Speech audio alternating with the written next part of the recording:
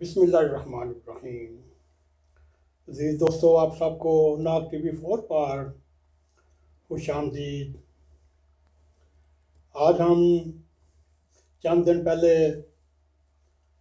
ہمارے کپتان عمران صاحب نے اپنی حکومت کے 3 سال مکمل ہونے پر یوں بھاں کی طرح جشن منایا اور دیکھ کے اپوزیشن کو کوستے رہے۔ دوستو، آج ان کا خطاب سن کے ہمیں ایک 1944 سے لے کر 1947 تک کا لارڈ ویبل جو انگلینڈ نے پاک و ہند کے اوپر واکسرائے بنایا ہوا تھا، وہ ایک شام اس نے قائد اعظم اور مسلم لیگ مخالف کے مسلم رہنماؤں کو اپنے ڈنر پر مدعو کیا اور وائسرائے نے پاکستان مخالف مسلمان رہنماؤں سے پوچھا، آپ کس بنیاد پر قیام پاکستان کی مخالفت کر رہے ہیں؟ تو دوستو، ایک مسلم رہنما اٹھا اور بولا، کیونکہ مسلمانوں کی اکثریت یہی چاہتی ہے۔ اور یہ سن کر اس وقت کے وائسرائے قدرے حیران ہوا اور پھر سوال کیا، آپ جتنے علماء تشریف فرما ہیں ان کے ساتھ کتنے لوگ ہیں؟ دوستو، ایک رہنما اٹھا، اس نے کہا تقریباً 50 لاکھ تو میرے پاس ہوں گے۔ کوئی دوسرا بولا 1 کروڑ کے پاس تو میرے پاس ہوں گے یا میرے پیروکار ہوں گے۔ اور ایک دعویٰ کرنے لگا اس کے پیچھے اس کی پیروی کرنے والے 2 کروڑ کا مجمع میرے پیچھے ہے۔ جب میں کہوں وہ 2 کروڑ ہم کے ساتھ کھڑا ہونے کو تیار ہے۔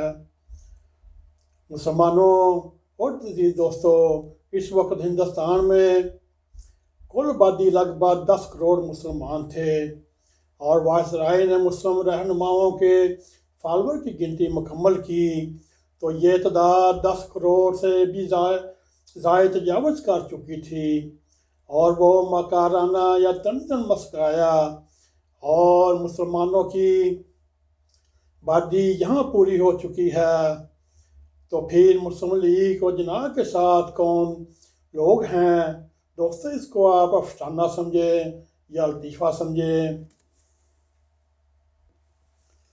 مگر مجھے یہ قصہ جب عمران پارٹی نے حکومت کا 3 سال مکمل ہونے پر وزیر اعظم کی تقریر سن کر یاد آیا، اور ہم حیرت میں ڈوب گئے کہ اگر ملک کی ترقی کا یہ سفر جاری و ساری ہے اور اوورسیز پاکستانی اربوں اربا پاکستان پیسے بھیج رہے ہیں، اور اس طرح ہر طرف دودھ اور شہد کی نہریں بہہ رہی ہیں، اور وہ لوگ کون ہیں جو صحت و تعلیم کے اوپر اپنے سوال اٹھاتے ہیں اور گلیوں سڑکوں کی تباہ و بربادی کا لوہا پڑھتے ہیں، خواتین اور بچوں کے خلاف جرائم پر آنسو بہاتے ہیں؟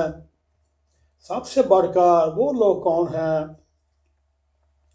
جو چینی، آٹا، گندم اور پٹرول اور دوائیوں کے اسکینڈل پر چیخ رہے ہیں، اور کرپشن، اقربا پروری اور کنبہ پروری بڑھنے پر دہائیاں دیتے ہیں؟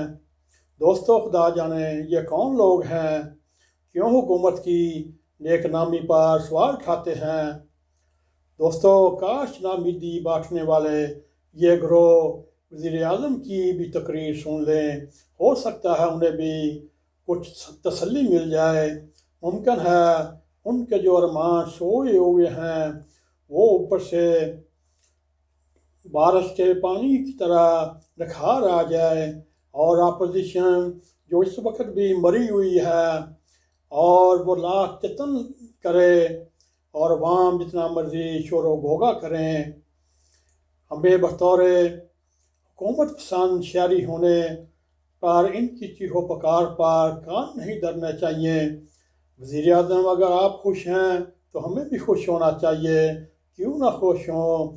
جو حکومتی زعما کو اگر مہنگائی نظر نہیں آتی، یہ مومی طوطے، یہ رات طوطے اور کاٹھے طوطے جب صبح کے وقت سے رات کو 12 بجے تک ہر چینل پر ٹائیں ٹائیں کرتے ہیں، اور جب وہ دیکھتے ہیں اس جانب سے منہ پھیر لیتے ہیں، وزراء ہوں، مشیران ہوں، معاونین خصوصی ہوں، اگر حکومت کی کارکردگی مثالی ہو تو ہمیں بھی مان لینا چاہیے کہ آخر اس میں سب قباحت ہی کیا۔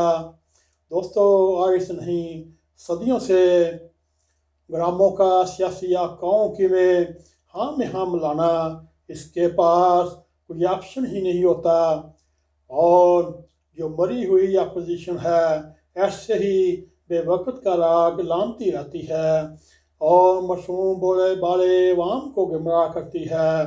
آئیے حکومتی ترقی کا عوام کو اپوزیشن کی پھیلائی ہوئی افواہوں سے روشنی کا جائزہ لینے کی کوشش کرتے ہیں۔ دوستو، کیا ہوا؟ عمران خان کی 3 سال کی حکومت میں ملکی قرضوں میں 13,000 ارب روپے کا اضافہ ہوا۔ کیا ہوا؟ اگر سرکاری اداروں میں 1,400 روپے سے بڑھ کر 2,400 ارب روپے ہو چکا ہے۔ دوستو، کیا ہوا؟ قرضہ جات میں 1,150 ارب روپے سے 2,400 ارب روپے تک پہنچ گیا۔ دوستو، یہ بھی دیکھیں، اس سال سیمنٹ، ٹریکٹر، موٹر سائیکلوں کی فروخت میں نہایت ہی اعلیٰ انداز میں ریکارڈ قائم ہوا۔ یہی نہیں، گاڑیاں خریدنے والوں کی بھی تعداد 85% بڑھ گئی۔